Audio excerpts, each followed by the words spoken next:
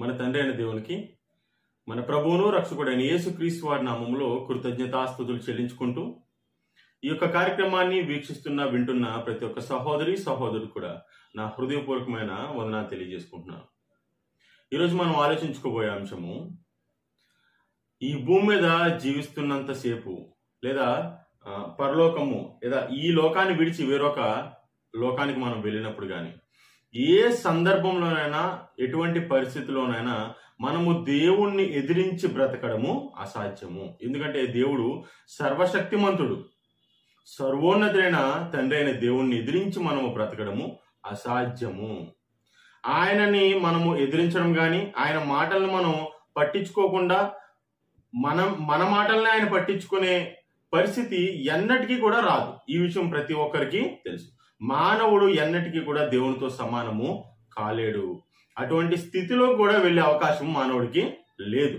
ఇది అందరికీ తెలుసు. ఈ యొక్క సత్యం తెలిసిన తర్వాత కూడా మనం దేవునితో సమాధాన పడదాము, దేవునితో మనము సమాధాన పడి ఆయన ఎలా అయితే మనం బ్రతకమంటున్నారో ఆ విధంగా మనం బ్రతుకుదాము అని ఏ ఒక్క మనిషి కూడా ఆలోచించడు. ప్రతి మనిషికి తెలుసు మనము దేవుణ్ణి ఎదిరించి బ్రతకడము అసాధ్యమని. కానీ దేవుణ్ణి ఎదిరించి మనం బ్రతకడము అసాధ్యమని తెలిసిన ఆ యొక్క మనిషే ఎదిరించే బ్రతుకుతాడు. దేవుని చిత్తాన్ని ఎరగకుండా లేదా చిత్తాన్ని ఎరిగి ఉండి కూడా తన స్వకీయ సౌలభ్యం కోసం దేవుణ్ణి ఎదిరించి ఈ యొక్క భూమి మీద వాడు బ్రతుకుతూ ఉంటాడు. దేవుడు కాలము పరిపూర్ణమైనప్పుడు ఏం చేస్తాడు? తీసివేయాల్సిన ఆ యొక్క ఇవ్వవలసిన ప్రతిఫలాన్ని వారికి ఇచ్చేస్తాడు. తెలుస్తుంది మనకి దేవునితో మనం సమాధాన పడాలి. దేవుడు మనకన్నా కొన్ని లక్షల కోట్ల రెట్లు గొప్పవాడు మనకన్నా. మనం ఏ విషయంలో కూడా ఆయనతో పోల్చుకునే అవకాశము లేదు అని మనకు తెలుసు.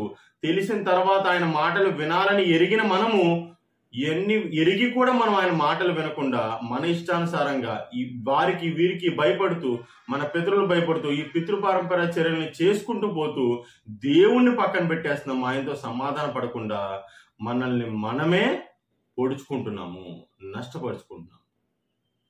మనమే సమాధాన పడాలి, ఆయనకి మనమే సమాధాన పడాలి. కానీ చూడండి 2 కొరింథీ పత్రిక 5వ అధ్యాయము 19-20 వచనాల్లో చెబుతున్నారు, దేవునితో సమాధాన స్తుతి లేకుండా దేవునికి కృతజ్ఞతా స్తుతి చెల్లించడము వ్యర్థము. దేవునితో మనం సమాధాన పడకుండా, దేవుని యొక్క మాటలు మనం లెక్క చేయకుండా, ఆయన యొక్క చిత్తానుసారంగా మనం బ్రతుకోకుండా మనం ఎన్ని కృతజ్ఞతాస్తుతులు మనం చెల్లించినా వ్యర్థమే అని చెబుతుంది గ్రంథం. ఎందుకంటే దేవునితో సమాధాన పడాలి. ఎందుకంటే మనము ఆయన ఎదిరించి మనము ఎక్కడికైతే వెళ్ళాలనుకుంటున్నామో పరలోకం, అక్కడ మనకి చేరలేమని మనకు తెలుసు. కాబట్టి మనం ఏం చేయాలంటే దేవునితో మనము సమాధాన పడాలి. సమాధాన పడకుండా మనము ఏ పని కూడా దేవుని ఎదిరించి చేయలేము. లూకా సువార్త 14వ అధ్యాయము 31వ వచనంలో దేవుణ్ణి ఎదిరించి బ్రతకడము అసాధ్యమని మనకు తెలుసు. దేవుణ్ణి ఎదిరించి బ్రతకడము అసాధ్యమని తెలుసు. కాబట్టి ఆయనతో మనము సమాధాన పడాలి. కానీ ఇక్కడ దేవుడు మనుష్యుడికి సమాధాన రాయబారము పంపుతున్నాడు. మనము సమాధాన పడాలి అని చెప్పి దేవుడి చెంతకు చేరాలి. కానీ దేవుని యొక్క ప్రేమ వెల్లడబడుతుంది. ఇక్కడ చూడండి, ఆయన సమాధాన రాయబారం మన గురించి పంపుతున్నాడు. ఏమైనా పోలుకుందా?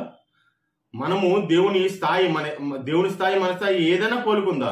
మనం ఆయన దగ్గర మనం సమాధాన పడాలి అని మనం వెళ్ళాలా, లేకపోతే ఆయనే వస్తాడు మన దగ్గరికి? మనమే వెళ్ళాలి. కానీ దేవుని ప్రేమ చూడండి, ఏ యొక్క కుమారుడు కూడా నశించిపోకూడదని, ఏ యొక్క తన బిడ్డ కూడా నశించిపోకూడదని ఆయన ఏం చేస్తాడంట? రాయబారం పంపించున్నాడు, సమాధాన రాయబారము పంపించున్నాడు. ఆ యొక్క రాయబారులు వచ్చి సమాధాన రాయబారాన్ని, దేవుని యొక్క సమాధాన రాయబారాన్ని మనకి వెల్లడిపరిచినప్పుడు అయినా సరే మనం ఆయనకి లోబడి దేవునితో మనం సమాధాన పడాలి. అయినా సరే మనం సమాధాన పడకుండా దేవునితో ఆయన ఎదిరించుకుంటూ గనక మనం జీవిస్తే గనక రేపొద్దున నష్టపోయేది ఎవరండి? మనమే. రేపొద్దున నష్టపోయేది మనమే. కాబట్టి దేవుణ్ణి అంగీకరించాలి, సంకల్పాన్ని గౌరవించాలి. అపోస్తులు రాయబారులుగా వచ్చున్నారు. ఆ షరతులను అంగీకరించిన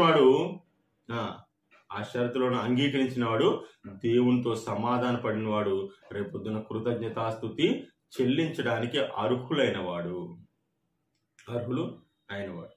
కాబట్టి సమాధాన పడాలి. మనమందరం కూడా దేవునికి సమాధాన పడాలి, ఆయన్ని అంగీకరించాలి, సంకల్పాన్ని గౌరవించాలి. సమాధాన రాయబరులుగా దేవుడు పంపించిన అపోస్తుల బోధన మనము అనుసరించి, అపోస్తుల బోధన నేర్చుకుంటూ, మాట్లాడుకుంటూ, దాన్ని అనుసరిస్తూ క్రీస్తు యొక్క స్వరూపాన్ని మనము పొందుకోవాలి. కొలస్సీయులకు రాసిన పత్రిక 1వ అధ్యాయము 19-20 వచనాలు చెప్తాడు కదా అపోస్తలుడైన పౌలు, సమాధాన పరుచుకోవాలని తండ్రి అభిష్టమాయను. తండ్రికి ఇష్టమైందంటండి. మనము ఆయనతో సమాధాన పడాలనేది దేవుని యొక్క ఇష్టం, ఆయనకి ఇష్టమైంది. కాబట్టి దేవుణ్ణి అంగీకరించి ఆయనతో మనం సమాధాన పడాలి. అది క్రైస్తవుల యొక్క లక్షణం.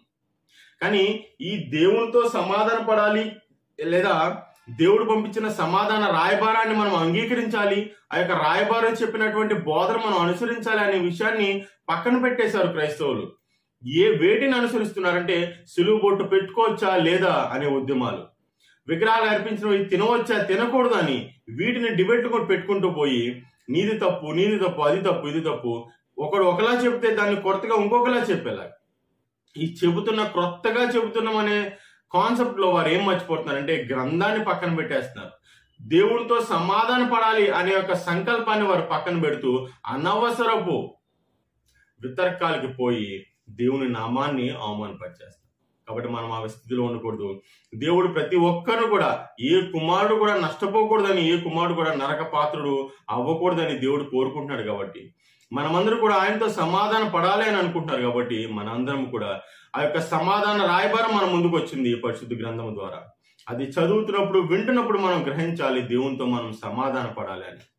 ఆ విధంగా దేవునితో సమాధాన పడుతూ దేవుని బిడ్డలుగా, ఆయన రాజ్యానికి వారసులుగా మనందరము కూడా ఎంచబడాలని మిమ్మల్ని ప్రేమపూర్వకంగా హెచ్చరిస్తున్నాను. నేను హెచ్చరించుకుంటూ ముగిస్తా ఉన్నాను. శ్రద్ధగా ఉన్న మీ అందరికీ కూడా ప్రభు నామంలో వందనం తెలియజేసుకుంటున్నాను.